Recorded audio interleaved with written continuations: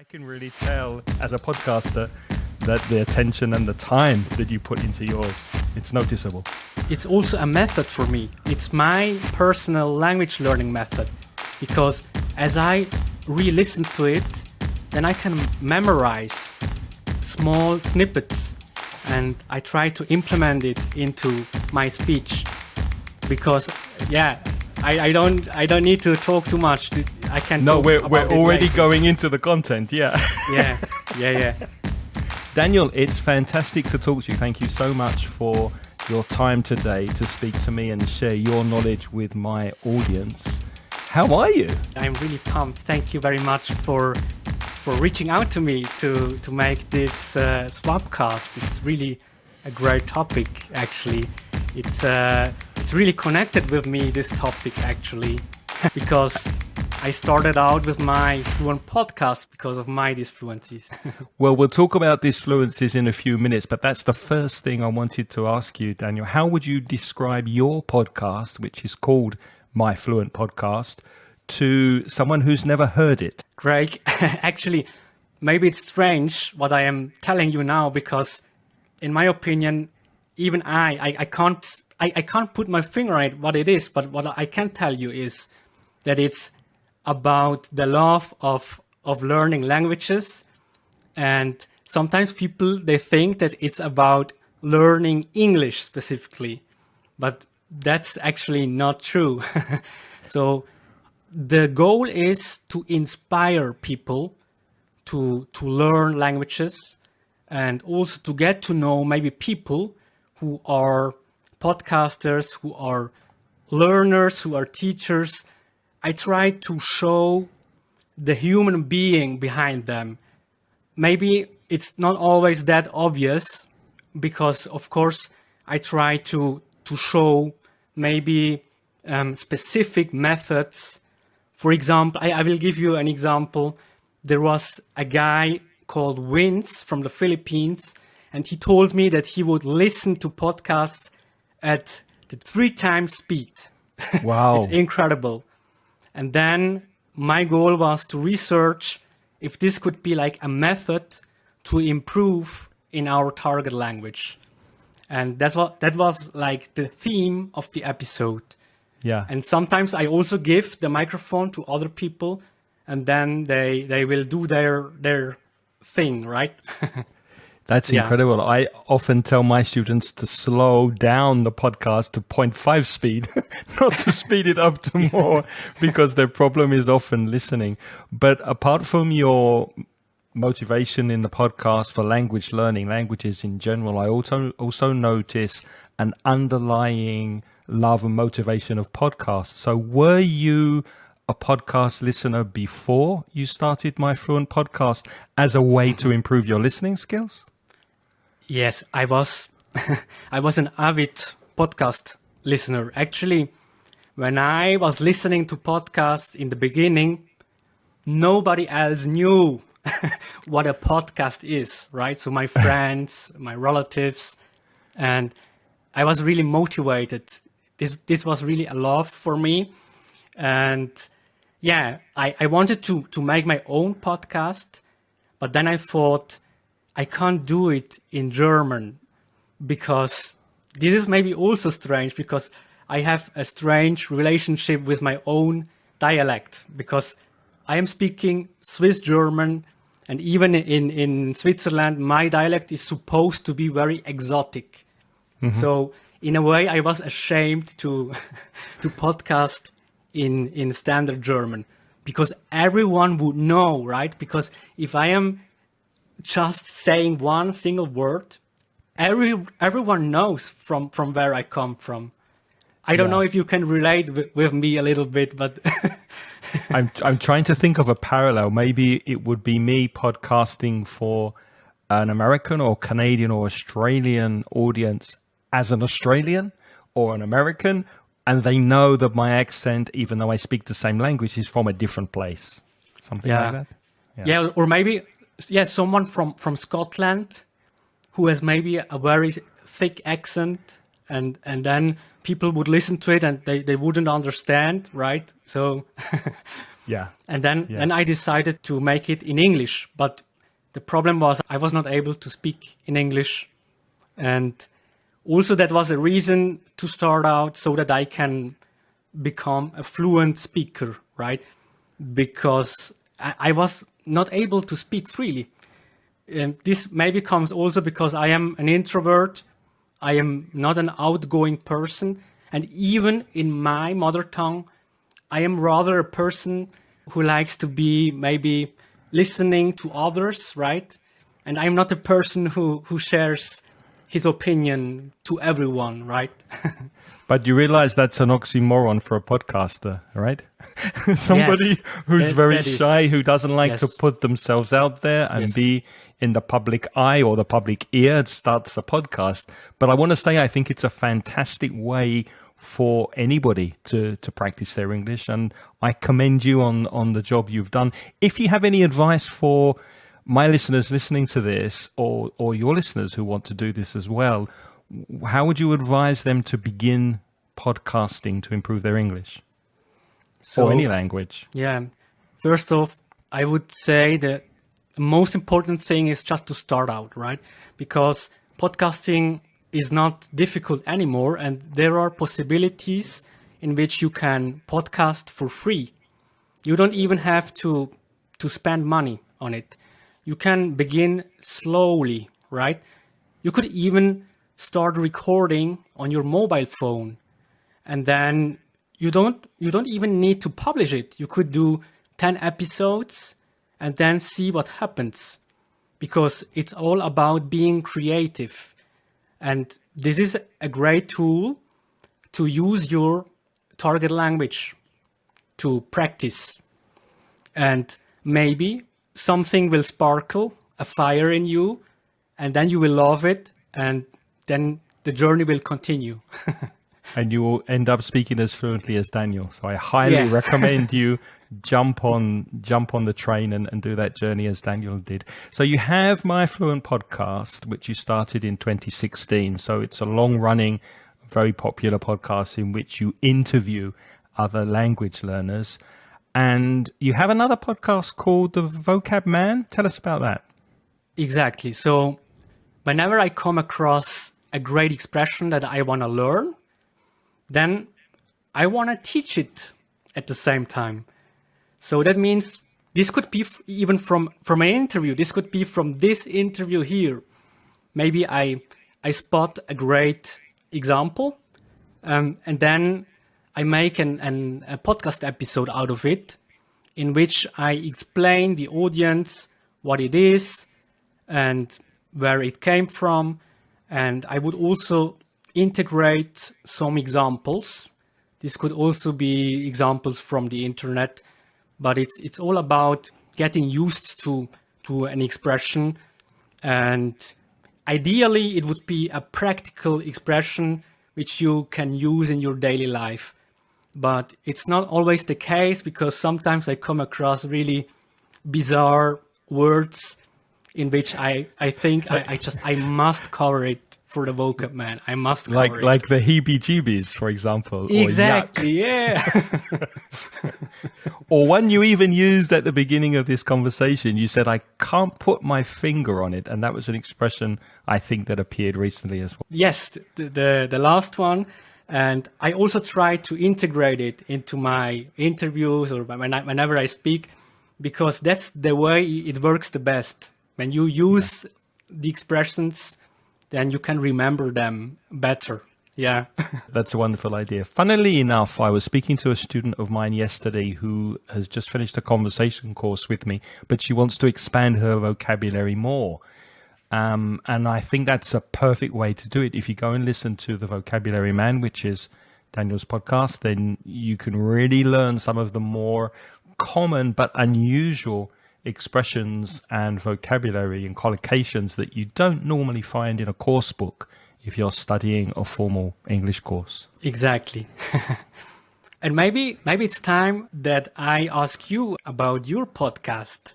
I mean, you're already more than 10 years in, right? How many years are you podcasting? Well, it depends how you measure it.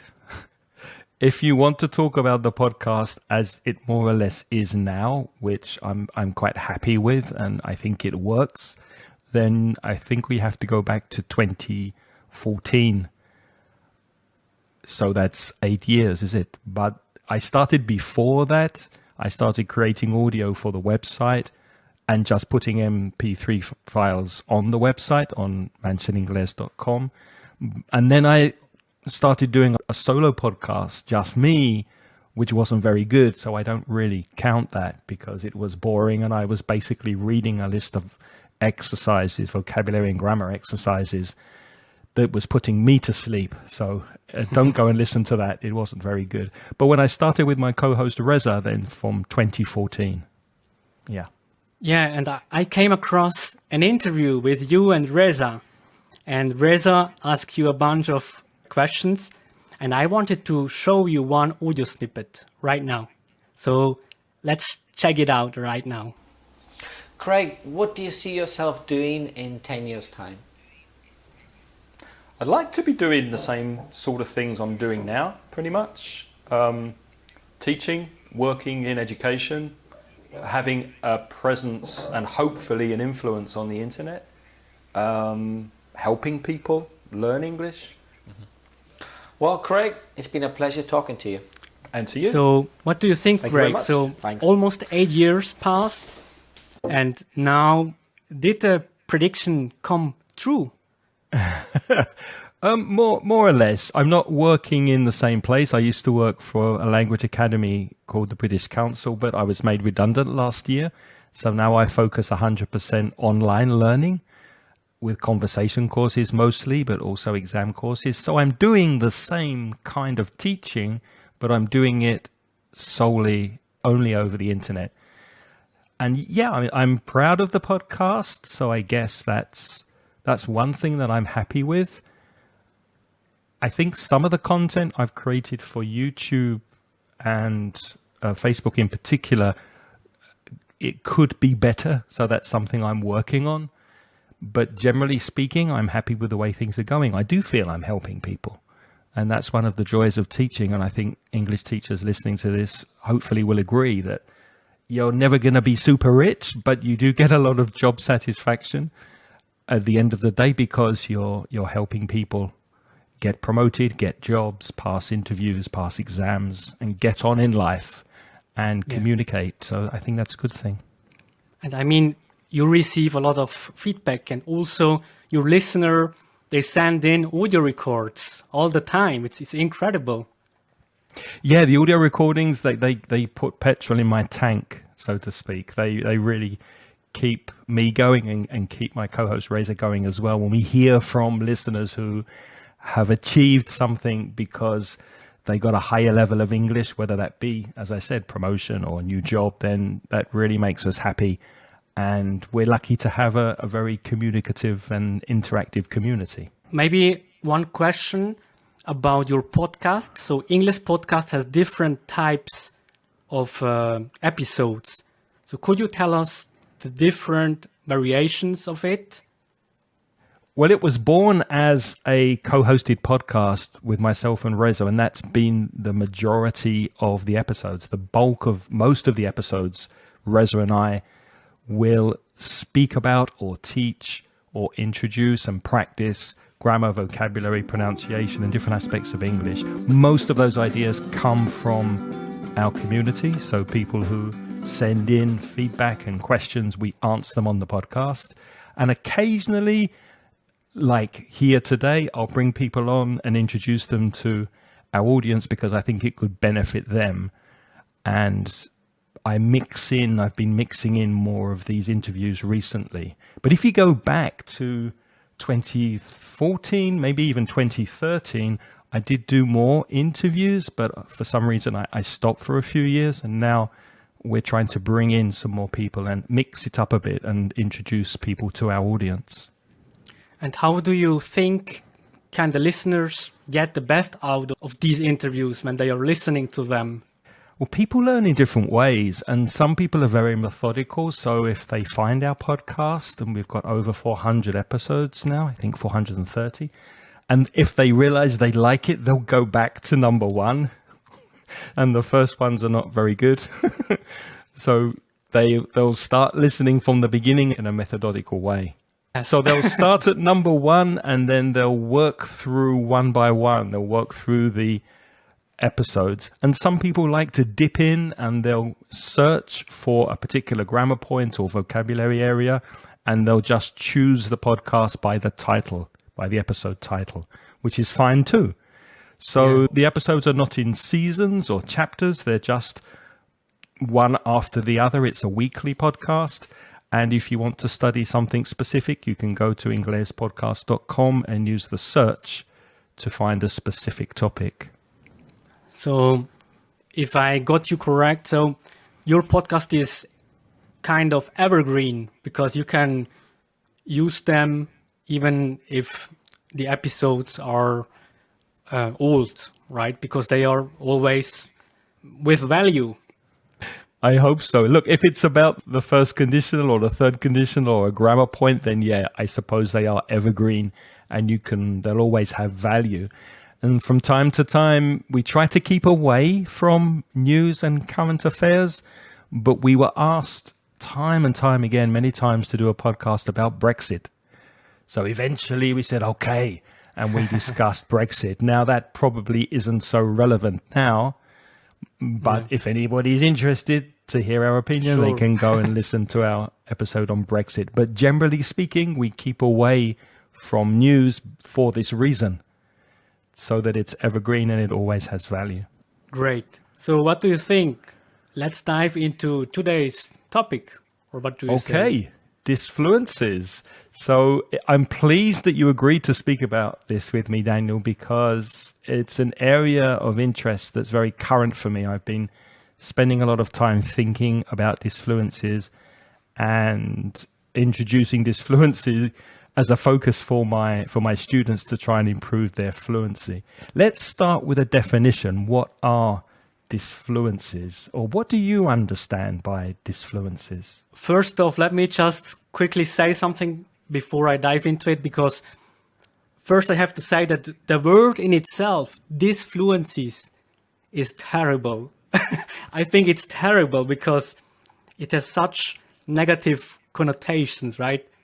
It sounds so negative because in my view, as I have a podcast called My Fluent Podcast, so my aim is to become fluent. And when I am hearing to disfluencies, it shudders. That's interesting. That's so interesting because I never thought about that. I thought, because I've read a bit about this, and I thought it's a pretty good term to describe what, if you think of the prefix dis, which is the negative prefix. So disinformation, for example, is not information, and fluency, disfluency, is very descriptive. But can you think of a better term? Because many people say crutch words is a disfluency, really. So if I say to you crutch words, do you know what I mean? Yes, I know what you mean then. I think it's the most common, the most well-known term, I guess.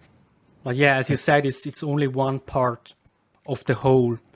So for me, disfluencies are like obstacles.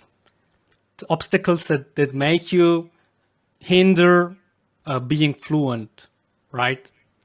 So maybe we could talk about the different parts of it. So you mentioned the crutch words.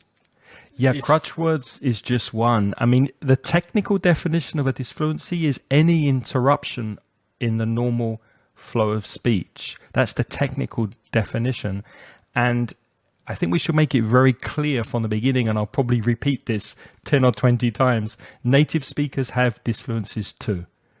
Native speakers use these. It's not something that's especially prominent or assigned to language learners. But we'll get into that later. So a crutch word, if people don't know what a crutch is, if you injure your leg or you break your leg or sprain your ankle or have a problem with your leg, maybe you get this stick from the hospital to help you walk, and that's a crutch. So a crutch word, when you're speaking English, is a word or a noise that you use to help you speak or to give your speech seemingly more fluency, although I'm not convinced that that's actually true. So that's a crutch word. Do you know any examples of crutch words? For example, you know. You know is the classic, I think. And also this, I don't know if it's a word. It's the ums, right? I guess depending on your language, it differs, maybe. Yes. It's slightly different. For example, I teach a lot of Spanish students. I live in Spain, so it's slightly different. It's more like which is a higher pitch and a slightly different sound, but it has the same function. But you're right, it's words, anything that fills the silence or gives you time to think before you continue speaking. Another one that's really common, especially in American English, is like. So I said like to him, like he was going like to the shops, and then like he said like, and it's something that goes inside the sentence and affects the fluency. I noticed that in my interviews, I say a lot right in the end of my questions, right. I also say a lot like, and it bothers me. It bothers me not during the interview, but when I am editing the interview, and then I notice them, and it bothers me. Do you remove it when you're editing? I remove some of them because I think it's not fair to remove everything, because that would be cheating, right? Because everyone would think that I am 100% fluent, and that's just not right. I agree. My crutch word is so. I tend to begin far too many sentences with so, and it's just not necessary. It's a word that really annoys me, really bothers me. And like you, I remove some of them because it annoys me so much, but also I leave some in because it also serves as a way to change the topic of conversation. You want to change what you're talking about and move on to another topic, and you use the linking word so. It has its function. But there are other ways that you can be a bit disfluent in your speech. You can repeat words. I think you should practice like that. You can elongate the vowel sound. And I had a student recently that did this, and I had to draw her attention to it because she was saying, I think you... So that elongation of the vowel was giving her time to think of the next word, which is okay. I mean, all of these are fine. It's just when you do them too often, the listener becomes aware, and then they can only hear that, and they stop hearing the other words, I think. Absolutely. And one thing that I have noticed is that in the interviews for my podcast, sometimes I wouldn't notice the crutch words or the disfluencies of my interviewee because it doesn't bother me, right? Because the conversation goes on and I can understand everything.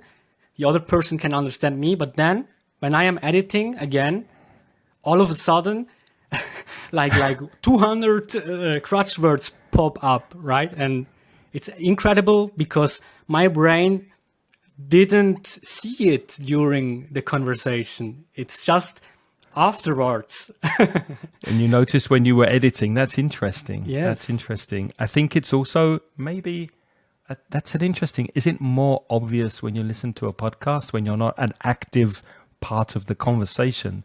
It's more noticeable, perhaps. I think so. I never thought of that. Because also if the conversation is complex, maybe you are too focused on the important part, right? And another person would be more laid back, maybe. They don't have to think about a lot of stuff at the same time, and then they can notice it. Yeah, absolutely. I remember I had a Spanish neighbor who I got on really well with because we had the same taste in music. And when I spoke to him, especially about music, we had these long conversations, and his crutch word was sabes, and sabes translates to you know. So he'd say, me gusta este, like I really like this person, sabes, and I went out to buy the CD, sabes, and all I could hear in the conversation was sabes because every sentence had 10 you knows inside it, and it distracted me from the conversation. So it can be a problem, especially for language learners, because language learners more than native speakers, sometimes they're translating in their head from their mother tongue and they need that extra time, so they use a disfluency. Or maybe their brain is trying to catch up, or there's something going on. They're searching for vocabulary in their head and they're making these noises and they don't realize they're doing it. So my reason for bringing this to people's attention is not to stop them completely, is to make the students aware that they're doing it, because very often they don't know, and just to try to reduce a bit the number of disfluencies they use, which will make them more fluent. Yeah, now comes a situation into my mind where you were the best man or the co-best man in a wedding, and you had to prepare your wedding speech. And I think you mentioned it in the podcast episode with Martin Johnston, and you didn't notice it while practicing. And then the other person told you that you had such a lot of crutch words. Aprendeingles con Reza y Craig. We practiced our speech together, so we practiced it in private. And I said my piece, and Mark says, okay, that's good, Craig. Just say it again without these ers and the ums and the ers. And I said, what do you mean, Mark? I didn't say that. Yes, you did. And when I actually focused on how I was speaking, I noticed all these ers, ums, ahs in the middle. Yes. Yeah. Exactly. It's a bit like, you need to be told. It's a bit like you're walking around with a piece of lettuce in your tooth or a piece of tomato, and somebody say, hey, you have something in your tooth. Oh, thank you very much. It's that kind of thing where if nobody tells you, like I didn't know I was saying so many ers, ums, ers. And yeah, when I realized, then I tried to reduce them a bit. So shall we speak a little about how people can reduce these disfluencies if they are noticing that they're using crutch words or yes. So one thing I suggest is just slow down. And I spoke about this on that podcast that you mentioned, Daniel, with Martin, just to slow down your speech. Don't rush. Maybe you feel a bit nervous when you're speaking a second language, but even so, try to slow down as much as possible. And it's okay to leave pauses. If you pause instead of then it creates an effect that's almost magical, because the listener will lean in to the conversation and be more attentive, waiting for you to say the next thing. So pauses are your friend. Don't be afraid of silence when you're speaking. Yeah, or instead of silences, you could also use expressions like, I've lost my train of thought. So there are many similar expressions which buy you time. So when you are familiar with them, you can use them and it gives you time, like 1 second or so. So instead of saying, you could say, Greg, what a fantastic question you asked me, or something like that. Then this gives you also 1 second time instead of saying, Exactly. And if you listen to native speakers, they tend to have their own strategies and techniques for that kind of thing. One friend I have who's also a podcaster uses the word interesting a lot. So if somebody says something, to give him time to collect his thoughts, he'll say, interesting. Yes, let me think. Those kind of space fillers to give you time before you answer. They're very useful. And maybe you could work on your pronunciation, because sometimes when I don't know how exactly the pronunciation is, then I overthink stuff, and that makes me slower. Yeah, it's like I'm getting stuck. Right? So whenever you come across a word that you are not familiar with, you can practice it, you can learn the pronunciation, and the next time you will be more fluent. How do you think people can use technology to improve their fluency? So, for example, they can record themselves. This could be with their own mobile phone, and then they can re-listen to it, and they will notice the crutch words and the disfluencies, and then they can re-record it, right? So maybe you have a topic and then you practice it, and I'm sure if you talk about something 5 times, the 5th time it will be better than the first time. Maybe some specific apps. This could be YouTube. Well, it's not an app, but if you upload a video of yourself and you don't need to publish it, you can just upload it and have it private. And then you can make the subtitles. YouTube will do it for you. And then you will see all the ums. And this gives you an indication if you are using too many crutch words, for example. Can I just make a comment based Yes? on that Sure. that idea? Because Descript, I think, is an app that you know as a podcaster. Descript is, well, how would you describe it? It's a podcast editing software suite that also has voice to text. So if you want, you can, Descript will transcribe your words into text, and you can see, as you just said with YouTube, exactly what you've just said. But you probably know this, Daniel, this Descript software also has a function that can remove your ums and your ers and your ahs, those disfluencies. And I've listened to podcasts that apply this feature, and it sounds terrible because it doesn't sound so fluent. It sounds false. It sounds robotic. So again, I'm going to say it, don't over-obsess about these disfluencies because they do occur with native speakers. I just wanted to make that clear so that people don't think they have to be absolutely perfect. Yeah, absolutely. Maybe at this point I could show a little audio snip of Keanu Reeves because he's using a lot of crutch words. Good idea. Well, first of all, I would like to ask you, because you're such a famous actor, how do you do to manage the ego? Oh, you know, for me, I just, I know I'm a pretty simple guy.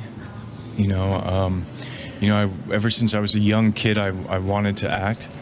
I started professional acting when I was 15. And I've been really lucky to have the chance to have a career. And I don't know, I just have always tried to keep it simple. So what do you think, Greg? Is it okay to use that many crutch words as an actor? Is it okay? First of all, let me say I'm a huge Keanu Reeves fan, so Yeah, I don't me want to too. I don't want to criticize him too much. But in my opinion, I think 8 or 9 yenos in 45 seconds for somebody whose speech is part of their profession, I think is too many. Maybe it's him because he is a cool guy. Maybe he's doing it on purpose to give that laid back, relaxed vibe and impression. Maybe if the interviewee was somebody like Anthony Hopkins, he wouldn't get so many knows and disfluencies. Now, before I ask you for your feedback on that, I want to add one more thing.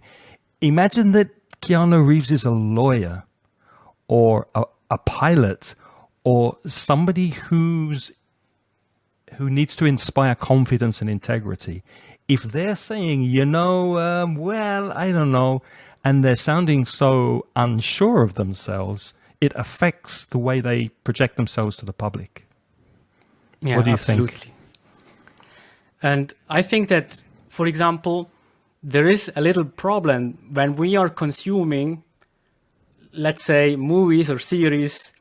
You don't see crutch words, so maybe this is misleading a little bit because we think that it's not normal, and it is normal, as we could see in one example, but there are many more examples. So do you think he's doing it on purpose, or you think that's the way he normally speaks? I think it's just Keanu Reeves, how he is. Maybe. I'm not sure. I'm not convinced. I think I have to check out some more natural interviews to see if he speaks like that. But I'll come back to you on that. I'll check it. Okay, where were we? Yes.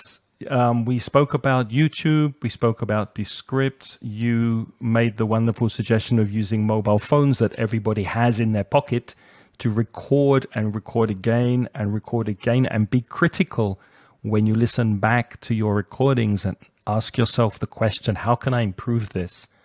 Have I mispronounced some vowel sounds or a word? Can I improve am I making too many ers? Am I too hesitant in my speech? And another suggestion is to use apps like Siri and Google Assistant or Alexa, the lady in the tube who can listen to your English, obviously change it to English if English isn't automatically programmed in these devices. And if the device has a problem understanding you, then maybe you have to tweak or change a little the way you're pronouncing words. And of course, if you're using too many disfluencies and crutch words, it also may have a problem understanding your commands. This button, the microphone on the bottom, that's now as you speak, it will just write for you. And you can change, you can add, now you can see it's in Spanish. And now if you speak, you have to speak in Spanish, because if I continue to speak in English, oh my God. That's amazing. It won't understand you. Aunque yo necesito hablar en español y ahora esa aplicación puede escribir para ti. Okay, well done. Awesome. There is another app called Otter. I'm sure you are familiar with it. I use it, yeah. And it's free, I think, or at least a certain amount of time. So you could use it and also store your conversations with the transcript. Yeah, it's very good speech to text. It's one of the most accurate speech to text software programs I've used to transcribe the podcast. It's very, very good. Another point would be your state of mind, right? Because if you are stressed out, this might have an effect on your speech. So if someone, is really overwhelmed by life, if a lot is going on at the same time, maybe you should take a break, because it will show if you're not sleeping 2 days. It will have a massive effect on your speech, and I am sure that you will use more crutch words. Yes. Also in presentations. Have you ever had to give a presentation in front of people, an audience? Yes, I have indeed. It makes me very anxious and very nervous, and the result is I tend to speak quicker, faster, and obviously with more disfluencies. Yeah, another example that I can give you is when I had an interview with Luke Thompson, because he's sort of an idol of me, because I think he is one of the best podcasters out there. And when I had the interview back in 2017, I was trembling, right? And I was stuttering and this happens also right now in this interview, because it is very important to me and it makes me becoming less fluent, but it's okay. But I haven't noticed, but I did listen to that interview with Luke, and I thought you did a wonderful job. If people want to go back and listen to that, do you remember which episode it was? It was a very good interview. I'm also a big fan of Luke. I just looked it up and it was episode 28, 5 years ago, actually. Okay. Awesome.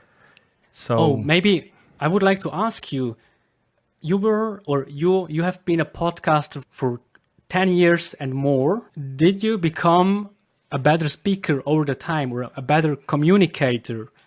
Because, I mean, you are also a teacher, and for you, this is quite normal to be in front of people and speaking, right? I wouldn't say it's normal. I've never felt comfortable doing it, but I like, and you've said this many times on your podcast, going outside your comfort zone and doing something that you don't feel particularly comfortable doing is sometimes a wonderful way to improve at anything. Yes.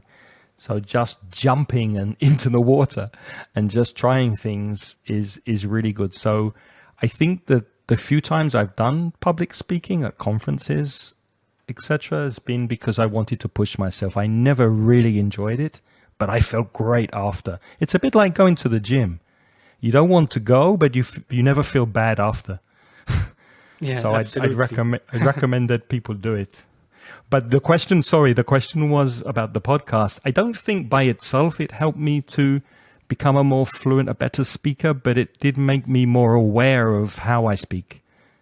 And as an interviewer yourself, and I know that interviews can be really difficult at times, I think you might agree that interviewing people is a skill that's, first of all, a challenge. It's very difficult, but when you have a successful interview, you feel so good that you've had a good conversation, and it's not only benefiting you, but it's benefiting the people who are listening. It's a wonderful thing.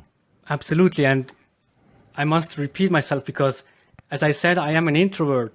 And for me, it is even difficult in my mother tongue to reach out to a stranger, right, in real life, because I'm really shy. So for me, it was really, really hard to reach out to others, even if it's online. And I was literally trembling and very, very nervous. But I love it, right? Because I can have a connection with people that I would never have met them otherwise. So for me, podcasting is really beautiful. It's more than just 40 minutes recording, publish, and that's it. For me, it's getting in touch with other people. And I kept in touch with many interviewees over the years. And it's just beautiful to share our views and to have something in common. Yeah, it's really beautiful. But I think you can only know how it is when you podcast yourself. Maybe, I don't know. No, I agree with that. I think that's a fantastic place to finish. So you've heard it from Daniel, a person who doesn't feel particularly comfortable speaking with other people and especially putting himself out there on a podcast. But listen to his English. Look how far he's come and how much fun and benefits he's getting from podcasting. So go and start one. Go out and start a podcast today in English. Follow in Daniel's footsteps, and I don't think you'll regret it. Any final words, Daniel? No, I just wanted to say that, anyone grab a microphone and push the record button. And if you have any questions, I can, of course, help you to set up your own podcast. Okay, Daniel, thank you so much for your time today. It's been an absolute pleasure talking to you finally, and I hope we'll stay in touch. Maybe in the future we can get online again and do another chat to both our audiences. It was really great. Thank you, Greg. And we keep in touch. Okay, bye-bye.